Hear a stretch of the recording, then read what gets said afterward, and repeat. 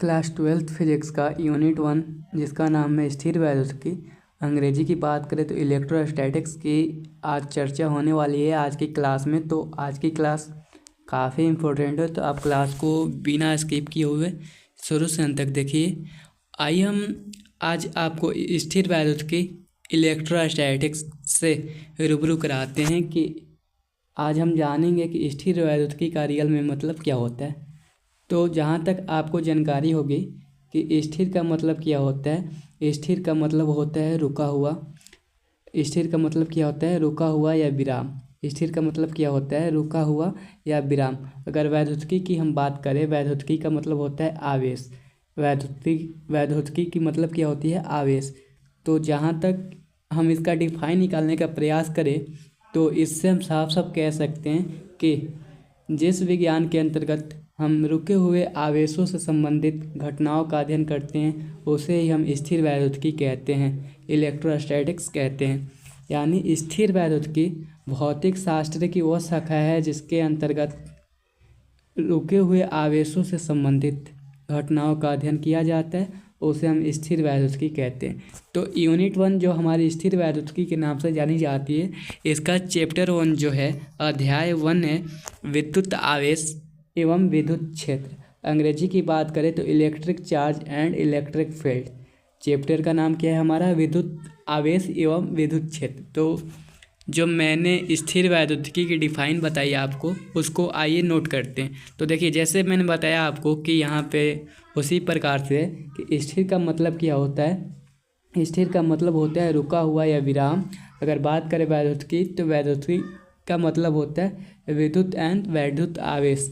तो स्थिर वैद्युतिकी का डिफाइन नोट कीजिएगा अपने कॉपी पे जिस तरीके से मैंने लिखा है। तो स्थिर वैद्युतिकी की डिफाइन इलेक्ट्रोस्टैटिक्स कि स्थिर वैद्युतिकी भौतिक शास्त्र की वह शाखा है जिसके अंतर्गत स्थिर आवेश या रुके हुए आवेशों से संबंधित घटनाओं का अध्ययन किया जाता है, उसे ही हम क्या कहते हैं, स्थिर वैद्युतिकी। अब हम अगली टॉपिक लाएंगे आपके सामने, आवेश या विद्युत आवेश। आवेश या विद्युत आवेश, चार्ज और इलेक्ट्रिक चार्ज। तो आवेश क्या होती है, आवेश की हम बात करें तो आवेश क्या होती है।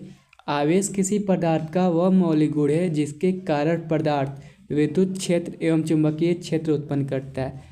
वैद्युत आवेश किसी पदार्थ का वह गुण है जिसके कारण पदार्थ क्या करता है, विद्युत क्षेत्र एवं चुंबकीय क्षेत्र को उत्पन्न करता है। जबकि हम बात करें, यहाँ पे एक चर्चा किया गया है वर्ड का मौलिक गुण। मौलिक गुण क्या होते हैं, तो मौलिक गुण की जगह पे हम कह सकते हैं electron, proton, neutron, alpha, beta, gamma. तो हमारे मौलिक गुण की जगह पे क्या क्या आ सकते हैं, इलेक्ट्रॉन आ सकते हैं, प्रोटॉन आ सकते हैं, न्यूट्रॉन, अल्फा, बीटा, गामा। तो डिफाइन में है कि आवेश किसी पदार्थ का वह मौलिक गुण है। मौलिक गुण का मतलब electron, proton, neutron, alpha, beta, gamma, जिसके कारण पदार्थ विद्युत क्षेत्र एवं चुंबकीय क्षेत्र को उत्पन्न करता है।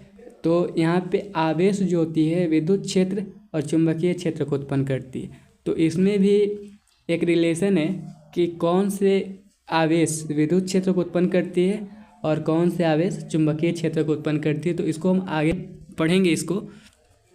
तो आवेश का डिफाइन क्लियर है सबको, इसको नोट कीजिएगा कि आवेश किसी पदार्थ का वह मौलिक गुण है जिसके कारण पदार्थ विद्युत क्षेत्र एवं चुंबकीय क्षेत्र उत्पन्न करता है।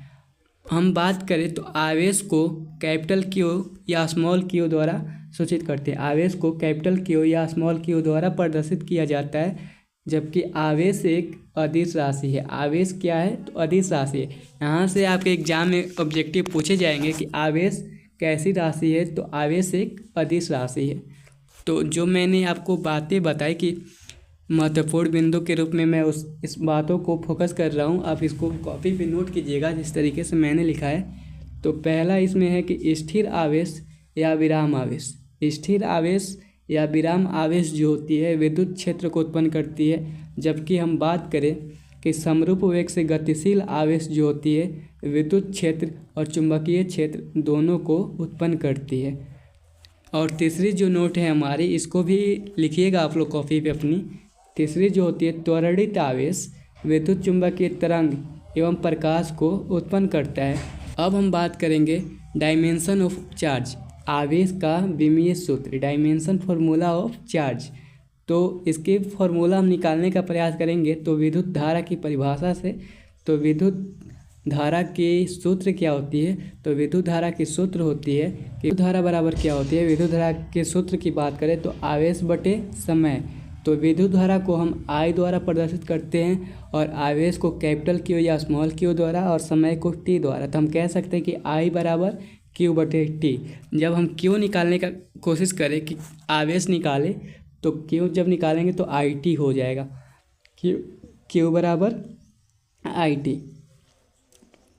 तो हम कह सकते हैं कि आवेश की जो बीमा हमारी निकलेगी आई टी या ए टी या एम की घात 0 एल की घात 0 टी ए।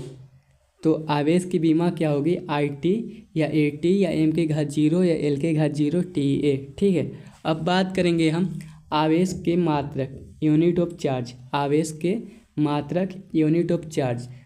तो आवेश की एसआई मात्रक की हम बात करें तो आवेश का एसआई मात्रक जो होती है एम्पियर सेकेंड होती है, तथा इसे ही हम कूलाम या कूलम भी कहते हैं। कूलाम को कैपिटल सी द्वारा सूचित किया जाता है ना। आवेश का एसआई मात्रक क्या होती है, आवेश का एसआई मात्रक होती है एम्पियर सेकेंड, जबकि हम इसे कूलाम या कूलम भी कहते हैं। अगर आवेश की सीजीएस मात्रक की हम बात करें तो आवेश की सीजीएस मात्रक क्या होती है, तो आवेश की सीजीएस मात्रक होती है इलेक्ट्रोस्टैटिक यूनिट, या हम इसे स्टेट कूलाम भी कहते हैं। तो हम बात करेंगे अब आवेश के एसआई मात्रक और सीजीएस मात्रक में संबंध है, रिलेशन बिटवीन एसआई यूनिट और सीजीएस यूनिट। तो मैं इसका एक और स्पेशल क्लास लिया था, तो उसको आप लोग ज़रूर देखिएगा। तो देखिए इन दोनों के बीच क्या संबंध है, relation between coulomb and state coulomb, यानी कूलम और स्टेट कूलम के बीच क्या संबंध है, इसी को देखनी है ना हमें, यही टॉपिक थी ना। तो दोनों के बीच क्या संबंध बन रही है, देखिए अगर हम बात करें यहाँ से एक ऑब्जेक्टिव पूछा जाता है कि एक कूलम कितने स्टेट कूलम के बराबर होता है। तो एक कूलम जो होती है 3 गुणे 10 के घात 9 स्टेट कूलम के बराबर होती है। एक कूलम जो होती है 3 गुणे 10 के घात 9 स्टेट कूलम के बराबर होती है। जबकि हम बात करें यहाँ से एक और सवाल पूछा जा सकता है आपसे, एक कूलम कितने कूलम के बराबर होती है, तो 3 गुणे 10 के घात 9 स्टेट कूलम के बराबर होती है। और यही आपसे पूछ दिया जाए कि 3 गुणे 10 के घात 9 स्टेट कूलम कितने कूलम के बराबर होती है, तो आपकी आंसर होगी 1 कूलम। कहीं से पूछे, अगर 1 कूलम बराबर पूछे तो 3 गुणे 10 के घात 9 स्टेट कूलम। अगर यही सवाल आपसे पूछे कि 3 गुणे 10 के घात 9 स्टेट कूलम कितने कूलम के बराबर होती है, तो 1 कूलम के बराबर होती है।